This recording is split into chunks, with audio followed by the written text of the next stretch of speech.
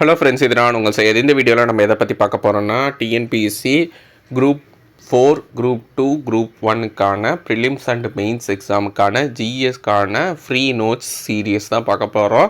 இது வந்து 4th video. இந்த வீடியோவில் பாலிட்டியில் இந்திய அரசியலமைப்பு கான்ஸ்டியூஷனோட பேசிக்ஸை 10th 12th லட்சுமிகாந்த் புக்கில் இருக்கிற விஷயத்தை 2 பேஜுக்குள்ளே நான் கிறிஸ்பாக கொடுத்துருக்கேன்.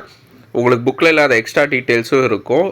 ப்ரீவியஸ் இயர் கொஸ்டினில் கேட்ட டீட்டெயில்ஸும் நான் ஆட் பண்ணி கொடுத்துருக்கேன். ஸோ ஒரே இடத்துலையே எல்லாமே சோர்ஸாக நோட் ஆகி கொடுத்துருக்கேன். ஸோ இதை பிரிண்ட் அவுட் எடுத்துக்கோங்க, இல்லைன்னா நோட்ஸ் மேக் பண்ணிக்கோங்க, ரொம்பவே யூஸ்ஃபுல்லாக இருக்கும். சரி, கீழே டிஸ்கிரிப்ஷனில் பிடிஎஃப் லிங்க் ஆட் பண்ணுறேன், டவுன்லோட் பண்ணி யூட்டிலைஸ் பண்ணிக்கோங்க. இன்றைக்கி ஃபுல்லாகவே உங்களுக்கு பாலிட்டி சம்மந்தமாக இருக்கும். நாளைக்கு எக்கனாமிக்ஸு, நாளை கழிச்சு பாலிட்டி. ஸோ இந்த வாரம் ஃபுல்லாக ஒரு நாள் பாலிட்டி, ஒரு நாள் எக்கனாமிக்ஸ் இருக்கும். வேணுங்கவங்க 2ஐயும் ஃபாலோ பண்ணிக்கோங்க. ஒரு சப்ஜெக்ட் ஃபாலோ பண்ணுறவங்க 2 நாள் உங்களுக்கு டைம் இருக்குது, அதுக்குள்ளே படித்து முடிச்சிருங்க. சரி, ஃபஸ்ட்டு பார்த்திங்கன்னா இந்திய அரசியலமைப்பு இதுதான் கான்செப்ட் ஓவராலாக. ஸோ கான்ஸ்டிடியூஷனை ஸ்டார்ட் பண்ணது, ஆரிஜின் பண்ணது, அரசியலமைப்பு தோற்றம் எங்கேருந்து எடுத்திருக்காங்க அப்படின்னா யூஎஸ்ஏல தான் ஆரிஜினேட்டாக இருக்குது. அமெரிக்காவில் தான் இந்த கான்செப்ட் ஃபஸ்ட்டு வந்துச்சு. அதுக்கப்புறமா இந்திய அரசியல் நிர்ணய சபை, கான்ஸ்டிடியூஷன் அசம்பிளி, இந்த கான்ஸ்டிடியூஷன் அசம்பிளி தான் கான்ஸ்டிடியூஷனை டெவலப் பண்ணும். இந்த கான்செப்டை சொன்னது இந்தியாவில் ஃபஸ்ட்டு யாருன்னு பார்த்தீங்கன்னா எம்என் ராய். இது புக்கில் இருக்காது, எக்ஸ்ட்ராவாக படிச்சுக்கோங்க. எம்என் ராய்ங்கிறவங்க, இது லட்சுமிகாந்த் புக்கில் இருக்க கான்செப்ட். ஸோ இந்தியாவில் முதலாக கான்ஸ்டிடியூஷன் அசம்பிளி, அரசியல் நிர்ணய சபை, அந்த கருத்தை சொன்னது யாருன்னு பார்த்தீங்கன்னா எம்என் ராய். இந்திய அரசியலமைப்பு உருவாக்குறதுக்கு எந்த திட்டம் மூலிமா ஸ்டார்ட் பண்ணுறாங்கன்னா கேபினெட் மிஷன் பிளான் 1947 வருது. ஸோ இதுதான் இந்தியன் கான்ஸ்டியூஷன் உருவாக்குறதுக்கு அக்செப்ட் பண்ணுறாங்க. அமைச்சரவை தூதுக்குழு திட்டம் 1946. அடுத்து அரசியல் நிர்ணய சபை இல்லை அரசியல் சபை, கான்ஸ்டிடியூஷன் அசம்பிளி, இதை தான் ஃபஸ்ட்டு பார்க்க போகிறோம். இதோட உறுப்பினர்கள் பார்த்திங்கன்னா 389 உறுப்பினர்கள், 389. மாகாணங்களில் இருந்து 292 பேர் செலக்ட் ஆகிருப்பாங்க. இவங்க ப்ரொபோஷ்னல் ரெப்ரசன்டேஷன், விகிதாச்சார பிரதிநிதித்துவம். ஸோ அந்தந்த மாகாணத்தில் மக்கள் தொகைக்கு ஏற்ப எவ்வளோன்னா 1:1 மில்லியன் விகிதம், 1 மில்லியன் மக்களுக்கு ஒருத்தருங்கிற கணக்கில் மாகாணத்துலேருந்து செலக்ட் பண்ணியிருப்பாங்க. அதுவும் ஒவ்வொரு ஹிந்து, முஸ்லீம், சிக்ஸ் இந்த மாதிரி ஒவ்வொரு கான்செப்ட் வச்சுட்டு பிரிச்சிருப்பாங்க பிரதிநிதித்துவம். இப்போ சில மாகாணங்கள்லேருந்து முஸ்லீம்ஸ் அதிகமாக இருப்பாங்க, சில மாகாணங்களில் சீக்கியர்கள் அதிகமாக இருப்பாங்க. ஸோ அவங்களுக்கு தகுந்த மாதிரி ரெப்ரசன்டேஷனாக கொடுத்துருப்பாங்க. அதுக்கு அடுத்து பார்த்திங்கன்னா சுதேச அரசு, பிரின்ஸ்லி ஸ்டேட்டு, அதில் பார்த்திங்கன்னா 93 பேர். இவங்க நாமினேட் பண்ணியிருப்பாங்க. ஸோ இவங்க இந்த மாதிரி பிரதிநிதித்துவம்லாம் படுத்தாமல் அவங்க சார்பாக நாமினேட் பண்ணியிருப்பாங்க, நியமனம் பண்ணியிருப்பாங்க நியமன முறையில். அடுத்து தலைமை ஆணையர் மாகாணங்கள் 3 மொத்தம் இருக்குது. பல்கிஸ்தான் அது ஒன்று இருக்குது. ஸோ டோட்டலாக பார்த்திங்கன்னா 389 மெம்பர்ஸ் இருப்பாங்க. ஸோ இவங்கெல்லாம் சேர்ந்து கூட்டம் நடத்தி இதுக்கப்புறமா தான் உங்களுக்கு கான்ஸ்டிடியூஷனால் டெவலப் பண்ணுறாங்க, அக்செப்ட் பண்ணுறாங்க, மற்ற விஷயங்கள்லாம் இது பண்ணுறாங்க. ஸோ இதோட முதல் தலைவர் யாருன்னு பார்த்திங்கன்னா டெம்ப்ரவரியாக, பெர்மனண்ட்டாக இல்லை, டெம்ப்ரவரியாக டாக்டர் சச்சிதானந்த சின்ஹா அவர் தான் அப்பாயின்மெண்ட் பண்ணுறாங்க. அவர் தான் மூத்த தலைவராக இருக்கார், மூத்த உறுப்பினராக இருக்கார். ஸோ அதனால் அவர் தான் முதல் தலைவராக இது பண்ணுறாங்க. முதல் கூட்டம் நடந்தது டிசம்பர் 9, 1946. ரொம்ப இம்பார்ட்டண்ட். கான்ஸ்டிடியூஷன் அசம்பிளியோட முதல் கூட்டம் நடந்தது. அரசியலமைப்பு நிர்ணய சபையோட முதல் கூட்டம் நடந்தது டிசம்பர் 9, 1946. அடுத்து தலைவர், அதுக்கப்புறமா பார்த்திங்கன்னா அவர் இறந்த பிறகு பிரசிடெண்ட்டாகவும் வைஸ் பிரசிடெண்ட்டாகவும், தலைவராக டாக்டர் ராஜேந்திர பிரசாத்தும், துணை தலைவர்களாக முகர்ஜியும் கிருஷ்ணமாச்சாரியும் தேர்ந்தெடுக்கப்படுறாங்க. இதில் பார்த்திங்கன்னா ராஜேந்திர பிரசாத் அவர் கான்ஸ்டிடியூஷனல் பாடிக்கு ஹெட்டாக இருப்பார், அதாவது அரசியலமைப்பு சார்ந்த நிர்ணய சபையோட தலைவர் அவர் இருப்பார். இதே லெஜிஸ்லேட்டிவ் பாடி, ஏன்னா சில சட்ட விஷயங்களும் இவங்க தான் பண்ணி ஆகணும். ஸோ அதுக்கு தலைவராக முகர்ஜி இருப்பார். மொத்தம் 11 அமர்வு இருக்கும். 2 வருடம் 11 மாதம் 18 நாட்கள் நடக்கும் மொத்தமாக. ஸோ 2 year 11 month 18 days ரொம்ப ரொம்ப இம்பார்ட்டண்ட்டு. ஸோ இந்த டேட்டா பார்த்துக்கோங்க. புக்கில் இருக்காதுனால லட்சுமிகாந்த் புக்கில் இருக்குது இது. ஸோ அதை நான் எடுத்திருக்கேன். So 2 year 11 month 18 days. So இது ப்ரீவியஸ் இயர் கொஷினாகவும் கேட்டிருக்காங்க டிஎன்பிசியில். 116 நாட்கள் கூட்டம் நடைபெற்றது. 2473 திருத்தம் இது பண்ணது. ஸோ இந்திய அரசியலமைப்பு ஏற்றுக்கொள்ளப்பட்டது, ஃபைனலி அடாப்டட் ஆனது. மொத்தம் 2 டேட் கொடுத்துருப்பாங்க, 2 விதமாக கேட்பாங்க. ஃபஸ்ட்டு ஏற்றுக்கொள்ளப்பட்டது எப்போ, நடைமுறைப்படுத்தப்பட்டது எப்போன்னு கேட்பாங்க. ஏற்றுக்கொள்ளப்பட்டது நவம்பர் 26, 1949. நடைமுறைக்கு வந்தது, இந்திய அரசியலமைப்பு நடைமுறைக்கு வந்தது குடியரசு தினத்தன்னைக்கு ஜனவரி 26, 1950. Adopted on November 26, 1949. Came into force 26th Jan 1950. அப்போது ஸ்டார்டிங்கில் என்னென்ன இருந்ததுன்னா, ப்ரியாம்பிள் இருந்திருக்கும், 22 பாகங்கள், 395 ஆர்டிக்கல், 8 அட்டவணை. அட்டவணை பார்த்திங்கன்னா 8 தான் இருக்கும். அதுக்கப்புறமா இப்போ ப்ரெசண்ட்டாக இருக்க 12 இருக்கும், 4 எக்ஸ்ட்ரா ஆட் ஆகிருக்கும். ஸ்கெட்யூல் பார்த்திங்கன்னா இது யார் எழுதுனாங்கன்னா, கைப்பட எழுதப்பட்டது வந்துட்டு கையெழுத்து கலைஞர் வந்து பிரேம் பெஹாரி நரேன் ரைஜடா. இத்தாலிய பாணியில் எழுதியிருப்பாங்க, இட்டாலிக்ஸில் எழுதியிருப்பார் இவர். ஸோ இதெல்லாம் எக்ஸ்ட்ரா டீட்டெயில்ஸ். இது லட்சுமிகாந்தில் புக்கில் இருக்கிறது, நம்ம ஸ்கூல் புக்கில் இல்லாத டீட்டெயில்ஸு. தேசிய கீதம், தேசிய ஃபஸ்ட்டு தேசிய கொடி எப்போது ஏற்றுக்கொள்ளப்பட்டதுன்னா July 22, 1947. National anthem, national song, தேசிய கீதம், தேசிய பாடல் இது பண்ண பார்த்திங்கன்னா ஜனவரி 24, 1950. ஸோ குடியரசு தின விழாவுக்கு 2 நாள் முன்னாடி தான் இது பண்ணுறாங்க, அக்செப்ட் பண்ணுறாங்க. எம்ப்ளம், கான்ஸ்டிடியூஷனல் அசம்பிளியோட எம்ப்ளம் என்னன்னு கேட்கலாம். அரசியல் சபையோட சின்னம் பார்த்திங்கன்னா யானை. ஸோ இந்தியாவோட சின்னம்னு நினச்சிக்காதீங்க, இது அரசியலமைப்பு கான்ஸ்டிடியூஷனல் அசம்பிளியோட சின்னம்னு பார்த்திங்கன்னா யானை தான். அடுத்த அரசியலமைப்பு சபை, கான்ஸ்டிடியூஷன் அசம்பிளியில் மொத்தம் மேஜர் கமிட்டி, மைனர் கமிட்டின்னு பிரிச்சிருப்பாங்க. மேஜர் கமிட்டி மொத்தம் 8 இருந்தது. அந்த கமிட்டியோட தலைவர்கள்லாம் யார், இதுவும் கேட்கலாம், இது extra detail. Union power committee, ஒன்றிய அதிகார கமிட்டி பார்த்திங்கன்னா ஜவஹர்லால் நேரு தலைமை வச்சுருப்பாங்க. அரசியலமைப்பு குழு committee, union constitutional committee. So ஒன்றிய இல்லை மத்திய அரசியலமைப்பு கமிட்டி இல்லை குழுவோட தலைவர் ஜவஹர்லால் நேரு. ஸோ இதுக்கும் அதுக்கப்புறமா வரைவு குழு தலைவர், 2 டிராஃப்டிங் கமிட்டி, கான்ஸ்டிடியூஷனோட டிராஃப்டிங் கமிட்டி வேறு, அரசியலமைப்பு குழு வேறு. ஸோ 2க்குமே டிஃப்ரென்ஸ் இருக்குது. யூனியன் கான்ஸ்டிடியூஷன் கமிட்டி வேறு, டிராஃப்டிங் கமிட்டி ஆஃப் கான்ஸ்டிடியூஷன் வேறு. ஸோ 2 டிஃப்ரென்ஸ் இருக்குது. டக்குன்னு கான்ஸ்டிடியூஷன்னோடனே அம்பேத்கர்னு நினச்சிடாதீங்க. இங்கே பார்த்தீங்கன்னா யூனியன் கான்ஸ்டிடியூஷன் கமிட்டி, மத்திய இல்லை ஒன்றிய அரசியலமைப்பு கமிட்டி அப்படிங்கிற தலைவர் வந்து ஜவஹர்லால் நேரு. இது போக தற்காலிக அரசியலமைப்பு குழு, ப்ரோவிஷ்னல் கான்ஸ்டிடியூஷன் கமிட்டிக்கு பார்த்திங்கன்னா சர்தார் வல்லபாய் பட்டேல் அவர் இருப்பார். நடைமுறை விதிகள் குழு வந்து ராஜேந்திர பிரசாத். வழிநடத்தும் குழு ஸ்டீரிங் கமிட்டியும் ராஜேந்திர பிரசாத். ஸோ இதெல்லாம் எக்ஸ்ட்ரா டீட்டெயில்ஸு மேபி கேட்கலாம். அரசியலமைப்பு வரைவு குழு, டிராஃப்டிங் கமிட்டி, 7 மெம்பர்ஸு. எத்தனை நாள் இது பண்ணாங்கன்னா 141 நாள் கூட்டம் இது பண்ணியிருப்பாங்க, அவங்களுக்குள்ள மீட்டிங் இது பண்ணியிருப்பாங்க. வரைவு குழுவோட தலைவர் பார்த்திங்கன்னா, டிராஃப்டிங் கமிட்டியோட தலைவர் டாக்டர் B.R. அம்பேத்கர், இந்திய அரசியலமைப்பு தந்தைன்னு அழைக்கப்படுறாரு. மெம்பர்ஸ்லாம் வந்துட்டு புக்கில் கொடுத்துருக்க மாட்டாங்க, எக்ஸ்ட்ரா டீட்டெயில்ஸ்லாம் தெரிஞ்சு வச்சுக்கோங்க. சப்போஸ் இதில் வந்து கான்ஸ்டிடியூஷனல் அசம்பிளி, அதாவது டிராஃப்டிங் கமிட்டியில் இருக்கக்கூடிய மெம்பரில் இருக்கவங்க யார், இல்லாதவங்க யாருன்னு கேட்கலாம். யாரெல்லாம் இருக்காங்கன்னா, கோபால் சுவாமி, அல்லாதி கிருஷ்ணசாமி, முன்சி, சையத் முகமது சாதுல்லா, அடுத்து மாதவராய் பார்த்திங்கன்னா மிட்டருக்கு பதிலாக இருப்பார். கிருஷ்ணமாச்சாரி வந்து கைத்தானுக்கு பதிலாக இருப்பார். ஸோ சிலர் வந்து உடம்பு சரியில்லாமல் பாதியிலே இது பண்ணிடுவாங்க. ஸோ அதனால் வந்து உங்களை ரீப்ளேஸ் பண்ணி இன்னொருத்தர் இது பண்ணியிருப்பாங்க. மொத்தம் 7 பேர்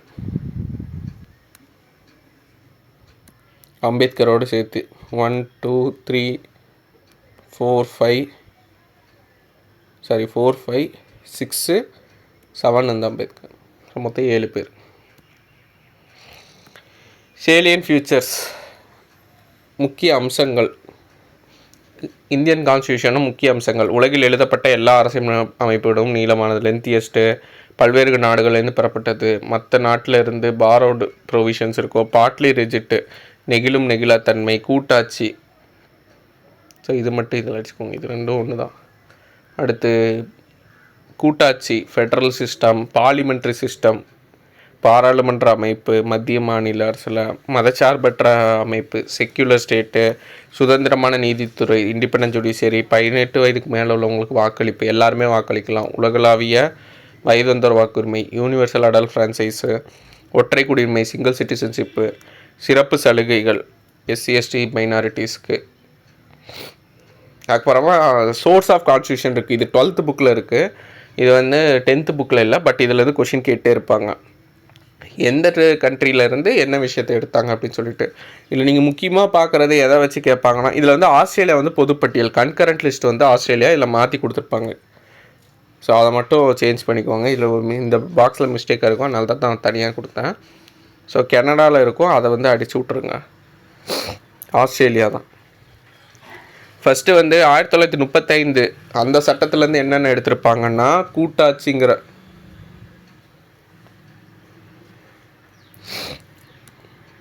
கூட்டாட்சி, ஃபெடரல், ஆளுநர் பதவி, ஆஃபீஸ் ஆஃப் கவர்னர், நீதித்துறை சம்மந்தமாக, ஜுடிஷியரி, பொது தேர்வாணையங்கள், பப்ளிக் சர்வீஸ் கமிஷன், நெருக்கடி விதிகள், எமர்ஜென்சி ப்ரோவின்ஸ், அட்மினிஸ்ட்ரேஷன். ஸோ மற்ற ஃபுல்லாக நிர்வாக விவரங்கள் ஃபுல்லாமே இதிலேருந்து எடுத்திருப்பாங்க. நிறைய இதை 1935 சட்டத்துலேருந்து எடுத்திருப்பாங்க. பிரிட்டன்லேருந்து என்ன எடுத்திருப்பாங்கன்னா, நாடாளுமன்ற முறை ரொம்ப ரொம்ப இம்பார்ட்டன்ட். பார்லிமெண்ட்ரி கவர்மெண்ட்டை எடுத்தது பிரிட்டன்லேருந்து தான். அடுத்து சிங்கிள் சிட்டிசன்ஷிப்பும் பிரிட்டன் தான். ரூல் ஆஃப் லா, சட்டத்தின் ஆட்சி, நாடாளுமன்ற செயல்முறை, பார்லிமெண்ட்ரிக்கான ப்ரொசீஜரு, இடைக்கால தடையாணை, ப்ரிரோகேட்டரி ரைட்ஸு. அமெரிக்காவிலேருந்து எடுத்து பார்த்திங்கன்னா, அடிப்படை உரிமை, ஃபண்டமெண்டல் ரைட்ஸு ரொம்ப ரொம்ப இம்பார்ட்டண்ட்டு. அடுத்து நீதி சீராய்வு, ஜுடிஷியல் ரிவ்யூ, ஒரு தீர்ப்பு சொல்லிட்டேன்னா அதை மறுசீராய்வு பண்ணுறதுக்கான இது. குடியரசுத் தலைவர் மீதான பதவி நீக்க தீர்மானம், impeachment of president, independence of judiciary, உச்சநீதிமன்றம் தனியாக இது பண்ணுறது. அதே மாதிரி உச்சநீதிமன்ற உயர்நீதிமன்ற நீதிபதிகள் ரிமூவல், உச்சநீதிமன்ற உயர்நீதிமன்ற நீதிபதிகள், துணை குடியரசுத் தலைவர் போன்றவை பதவி நீக்கம் செய்கிறது எல்லாமே அமெரிக்காவோட மெத்தட் தான். அயர்லாந்து பார்த்திங்கன்னா டிபிஎஸ்பி ரொம்ப ரொம்ப இம்பார்ட்டண்ட்டு. ஐரிஷ் இல்லை அயர்லாந்துன்னு சொல்லலாம். சாரி, அயர்லாந்து பார்த்திங்கன்னா டிபிஎஸ்பி. கனடா ஸ்ட்ராங் சென்டர், மத்திய அரசு ரொம்ப ஸ்ட்ராங்காக இருக்கும். ஸோ இதில் கன்கரண்ட் லிஸ்ட் அடிச்சிருங்க. ஸ்டேட் கவர்னர் அப்பாயின்மெண்ட் பண்ணுறது, அட்வைசரி ஜூடிகேஷன், மத்திய அரசால் மாநில ஆளுநர் நியமனம், உச்சநீதிமன்றத்திலோட அதிகார வரம்பு, இதெல்லாம் கனடா. ஆஸ்திரேலியா பார்த்திங்கன்னா உங்களுக்கு கன்கரண்ட் லிஸ்ட், பொதுப்பட்டியல், இதுதான் ரொம்ப இம்பார்ட்டண்ட்டு. அடுத்து நாடாளுமன்ற ஈரவை, joint sitting, freedom of trade commerce, வணிகம் வர்த்தக சுதந்திரம். ஜெர்மனி நெருக்கடி காலத்தில் அடிப்படை உரிமைகள் படிப்பது ஜெர்மனியோடது, வெய்மர் கான்ஸ்டியூஷன். சோவியத் கான்ஸ்டியூஷன் பார்த்திங்கன்னா ரிப்பீட்டடாக கேட்பாங்க. அடிப்படை கடமைகள், ஃபண்டமெண்டல் டியூட்டிஸ். முகவுரையில் சமூக பொருளாதார அரசியல் நீதின்னு சொல்லியிருப்பாங்க. ஜஸ்டிஸில் சோசியோ எக்கனாமிக் பொலிட்டிக்கல் ஜஸ்டிஸ் ப்ரியாம்பிளில் கொடுத்தது. அடிப்படை கடமைகள், ஃபண்டமெண்டல் டியூட்டிஸும் முகவுரையில் உள்ளதும் ரொம்ப ரொம்ப important. Soviet union important. French பார்த்திங்கன்னா ஃப்ரெஞ்சு புரட்சியிலேருந்து தாக்கத்தினால உள்ளது. லிபர்ட்டி, ஈக்குவாலிட்டி, ஃபெட்டர்னிட்டி, முகப்புரையில் உள்ள சுதந்திரம், சமத்துவம், சகோதரத்துவம், ஹைலி இம்பார்ட்டண்ட்டு. சவுத் ஆஃப்ரிக்கா பார்த்திங்கன்னா அமெண்ட்மெண்ட்டு, அரசியலமைப்பு திருத்த சட்டம். ஸோ இது ஃபுல்லாக ரொம்ப ரொம்ப இம்பார்ட்டண்ட்டு. இதிலேருந்து எது வேணால் கேட்கலாம். மெயின்ஸ்லேயும் கொஷினாக கேட்கலாம் தனியாக, சோர்ஸ் ஆஃப் கான்ஸ்டியூஷனை. அடுத்து ஸ்கெடியூல் பார்ட்டு, இது புக்கில் இல்லை, எக்ஸ்ட்ராவாக நீங்கள் பார்த்து வச்சுக்கோங்க. இதிலேருந்து கொஷின் கேட்குறாங்க. அதில் ஸ்கெடியூல் ரொம்ப ரொம்ப இம்பார்ட்டண்ட்டு. இது ரெண்டுமே மேட்ச்சில் கேட்குறதுக்கு சான்ஸ் அதிகம். ஃபஸ்ட்டு முதல் அட்டவணையில் என்னென்னா மாநிலம், யூனியன் பிரதேசம் சம்மந்தமாக சொல்கிறது. இது highly important. First state and union territory சம்மந்தமாக சொல்கிறது. அடுத்து செகண்ட் தேர்டு அவ்வளோ எதுவும் இம்பார்ட்டண்ட் இல்லை, தெரிஞ்சு வச்சுக்கோங்க. செகண்ட் ஊதியம் சலுகை, மூணாவது உறுதிமொழி, நான்காவது பார்த்திங்கன்னா மாநிலங்களவையில் இடஒதுக்கீடு, பாராளுமன்றத்தில் மாநிலங்களவை ராஜ்யசபா இருக்கும்ல, அதில் வந்து சீட் அலோகேட் பண்ணுறது. So 4th important. அடுத்து 5th 6th அந்த லெவல் இம்பார்ட்டண்ட் இல்லை. இது வந்து ஸ்கெடியூல்டு ஏரியா, அதே மாதிரி பழங்குடியின பகுதிகளை சம்மந்தமாக சொல்கிறது. 6வது வந்துட்டு அஸ்ஸாம், மேகாலயா, திரிபுரா, மிசோரம் அந்த மாநிலத்தில் சொல்கிறது. 7வது 8வது ரொம்ப இம்பார்ட்டண்ட். 7வது பார்த்திங்கன்னா மத்திய மாநில பொதுப்பட்டியல், யூனியன் ஸ்டேட் கன்கரண்ட் லிஸ்ட்டு. 7வது ஹைலி இம்பார்ட்டண்ட்டு. 8வது வந்து ஸ்கெடியூல்டு லாங்குவேஜ். இந்த ஸ்கெடியூல் லாங்குவேஜ் சம்மந்தமாக கேட்டே இருப்பாங்க. 8வது ஸ்கெடியூல். 9வது land reforms, abolition of zamindari, நீண்ட சீர்திருத்தம், ஜமீன்தாரி ஒழிப்பு. 8 வரைக்கும் தான் கான்ஸ்டியூஷனில் இருந்தது. 9வது பார்த்திங்கன்னா முதல் அரசியலமைப்பு திருத்த சட்டத்து மூலிமா ஆட் பண்ணாங்க 9வது அட்டவணை. அதேமாதிரி இந்த 9வது அட்டவணை கீழே ஏதாவது கொண்டு வந்தோன்னா அதை வந்து ஸ்டார்டிங்கில் வந்து கோர்ட்டு தலையிடக்கூடாது அப்படின்றது. அதுக்கப்புறமா அதுவும் சேஞ்ச் ஆகிடுச்சு. 10வது பார்த்திங்கன்னா கட்சி மாறுதலுக்கான தடை சட்டம், ஆன்டி டிஃபெக்ஷன் லா.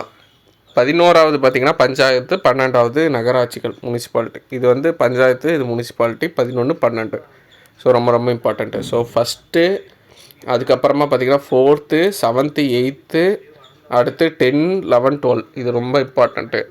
அடுத்து பார்ட்டுன்னு பார்த்திங்கன்னா 1 வந்து பார்த்திங்கன்னா மாநிலம், யூனியன் பிரதேசம். 2 குடியுரிமை, சிட்டிசன்ஷிப்பு. 3 வந்து அடிப்படை உரிமை, ஃபண்டமெண்டல் ரைட்ஸு. 4 வந்து டிபிஎஸ்பி. 4A வந்து அடிப்படை கடமை, ஃபண்டமெண்டல் டியூட்டிஸு. 5 மத்திய அரசு, 6 மாநில அரசு. ஸோ இதில் ஃபஸ்ட்டு 4 ரொம்ப ரொம்ப இம்பார்ட்டண்ட்டு, 4A வரைக்கும். அதுக்கடுத்து 7 வந்து 8 வந்து யூனியன் பிரதேசம். இது 8 யூனியன் பிரதேசம். 9 10 important, panchayat. 9 9A 9B panchayat. 9A பார்த்திங்கன்னா நகராட்சி. 9B கூட்டுறவு சங்கம். Panchayat, municipality, cooperative society. அடுத்து அட்டவணை பகுதி, பழங்குடி பகுதி 10. இதுக்கடுத்து வந்து உங்களுக்கு 11 வந்து மத்திய மாநில உறவு, 12 நிதி, 13 வர்த்தகம். இதெல்லாம் அந்த அளவு. 14 14A இம்பார்ட்டண்ட். 14 வந்து பப்ளிக் சர்வீஸ் கமிஷன். ஸோ உங்களுக்கு வந்துட்டு பணிகள் சம்மந்தமாக உள்ளது. 14A வந்து தீர்ப்பாயம், ட்ரிபியூனல். 15 இம்பார்ட்டண்ட்டு, தேர்தல். அதுக்கடுத்து பார்த்திங்கன்னா 16 ஸ்பெஷல் ப்ரொவிஷன், அதெல்லாம் தேவையில்ல. 17 அலுவல் மொழி, அஃபிஷியல் லாங்குவேஜ். 18 பார்த்திங்கன்னா உங்களுக்கு அவசர நிலை, எமர்ஜென்சி. 19 மற்றவை. 20 இம்பார்ட்டண்ட், அரசியலமைப்பு திருத்தம். 21 தற்காலிக சட்டம். 22 பார்த்திங்கன்னா ஷார்ட் டைட்டில், ஹிந்தி. ஸோ இதுதான் ஓவராலாக. ஸோ இந்த வீடியோ யூஸ்ஃபுல்லாக இருக்கும்னு நம்புகிறேன். நிறைய எக்ஸ்ட்ரா டீட்டெயில்ஸ் நிறைய சொல்லியிருக்கேன். ஸோ டைம் எடுத்து தான் இதெல்லாம் ரெடி பண்ணுறது. 2 பேஜ் படிக்கிறதுக்கு வந்து உங்களுக்கு டைம் கம்மியாக தான் ஆகும், பட் இதை மேக் பண்ணுறதுக்கு நிறைய டைம் ஆகும். ஸோ கரெக்டாக ப்ராப்பராக யூட்டிலைஸ் பண்ணிக்கோங்க. இதை நீங்கள் டவுன்லோட் பண்ண பிறகு கையோடி படிச்சிருங்க, இல்லை நோட் பண்ணி எழுதிடுங்க. அப்போது உங்களுக்கு ஒரு சாட்டிஸ்ஃபேக்ஷன் இருக்கும். அப்புறமா எழுதிக்கலாம், அப்புறமா படிச்சுக்கலாம். நீங்கள் பிரிண்ட் அவுட் போடுறதா இருந்தாலும் ஒரு தாட்டி வாசிச்சிருங்க. இதை வாசிக்கிறதுக்கு ஒரு 5 நிமிஷத்துலேருந்து 10 நிமிஷம் தான் ஆகும். ஸோ வாசிச்சிட்டிங்கன்னா உங்களுக்கு ஒரு கான்ஃபிடென்ட் இருக்கும். அப்புறமா நீங்கள் இந்த வீக்கெண்டோ மொத்தமாக சேர்த்து பிரிண்ட் அவுட் போட்டிங்கன்னா உங்களுக்கு ஈஸியாக இருக்கும். ஆனால் எதுவும் பார்க்காம சேவ் பண்ணி வச்சிங்கன்னா கடைசி வரைக்கும் உங்களுக்கு படிக்கணுன்னே தோணாது. மொத்தமாக திருப்பியும் நீங்கள் எடுத்து பார்த்தீங்கன்னா புதுசாக இருக்கிற மாதிரி இருக்கும். ஸோ இந்த வீடியோ யூஸ்ஃபுல்லாக இருக்கும்னு நம்புகிறேன். ப்ரிலிம்ஸ் அண்ட் மெயின்ஸுக்கு எல்லாத்துக்குமே கவர் பண்ணி கொடுக்குற மாதிரி கொடுத்துருக்கேன். நீங்கள் எந்த லெவலில் ரெஸ்பான்ஸ் பண்ணுறீங்களோ அந்த லெவலில் நான் கொஞ்சம் ஸ்பீடாக போவேன், இல்லாட்டி நான் ஸ்டாப் பண்ண மாட்டேன், கொஞ்சம் ஸ்லோ தான் ஆகும். வீடியோ பிடிச்சிருந்தா உங்கள் ஃப்ரெண்ட்ஸுக்கு ஷேர் பண்ணுங்கள், சேர்ந்து படிக்க அப்கமிங் எக்ஸாமில் கிளியர் பண்ணலாம். அடுத்த வீடியோவில் பார்க்கலாம். தேங்க்யூ.